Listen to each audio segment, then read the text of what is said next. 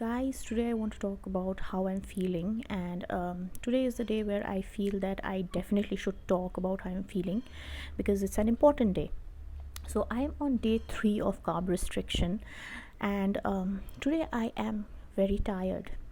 So, I'm going to talk about how I'm feeling, and then I'm going to talk about what I think is happening inside my body. Today morning, I woke up with a lot of hunger, and basically I was craving carbs, some sort of bread or some sort of paratha, like simple carbs. And then I started feeling tired, and the tiredness is not like something, which you have worked out too much and you're tired, not that sort of tiredness. What I'm feeling is that my cells, especially my muscles, do not have enough energy to function in an optimum way. So if you can imagine that um, basically you have energy radiating somewhere from your torso, like from here. I'm feeling that the energy is reaching like up to my elbow, and then it's getting cut off. Like my muscles beyond my elbow are just feeling very weak, like both. And the muscles like up to my thigh, I can feel like the energy is radiating up to here, and then below, like I'm just feeling extremely weak. So I have weakness in my extremities basically, and I also have this splitting headache. Oh God. So here is what I basically think is probably happening inside my body.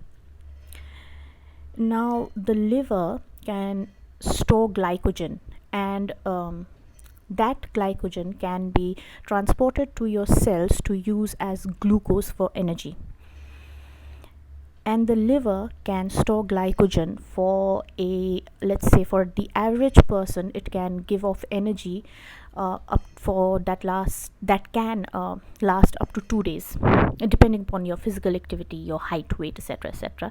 But let's for the purpose of this video and experiment, let's just come to the agreement that it's going to be 2 days. So now my liver can basically supply glucose for 2 days, and I haven't eaten any carbohydrate for the past 3 days. Okay, so keep that in mind, that's very important. Uh, so now what I think is happening is the cells in my body don't have any glucose to run on, and therefore, like, it's just maintaining very basic function, like it's running my heart, my main organs to keep me alive. But since I don't require my muscles, physical muscles at my extremities so much, so my body is concentrating on running my body, like, and keeping me alive rather than providing too much energy to my extremities. Within the next 1.5 to 2 days, I think at some point my body is basically going to switch its fuel source from glucose to ketones, because it does not have any glucose to run on. Now, what are ketones? Ketones are a byproduct of fat metabolization.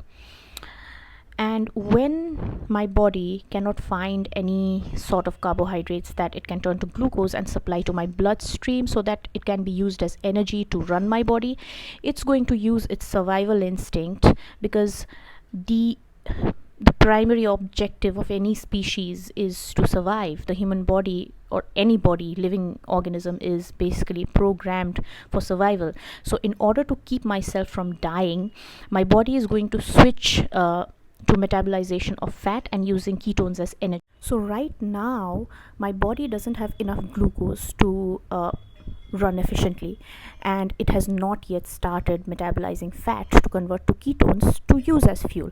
So basically I am like running on an empty fuel tank, not empty, well, about to be empty fuel tank. So I have an energy deficit, and this is what I'm feeling right now. And this is also called keto flu. It isn't as bad. When I was doing this 4 to 5 years ago, when I was first starting it, I had such bad keto flu. I mean, my heart would literally like go when I stood up. because my potassium and sodium was so out of balance. I was not having enough potassium, because that time I did not know how important electrolytes are. Like yesterday I updated you all that it's so important to keep your electrolytes up on keto, otherwise you're just going to feel like, well, when I first started in 2017, I felt like I was going to die, and I was like, oh my god, this diet is going to be the death of me. But then after 3 4 days I started feeling better when I researched, and I started incorporating a lot more greens and some B12 vitamins and stuff like that.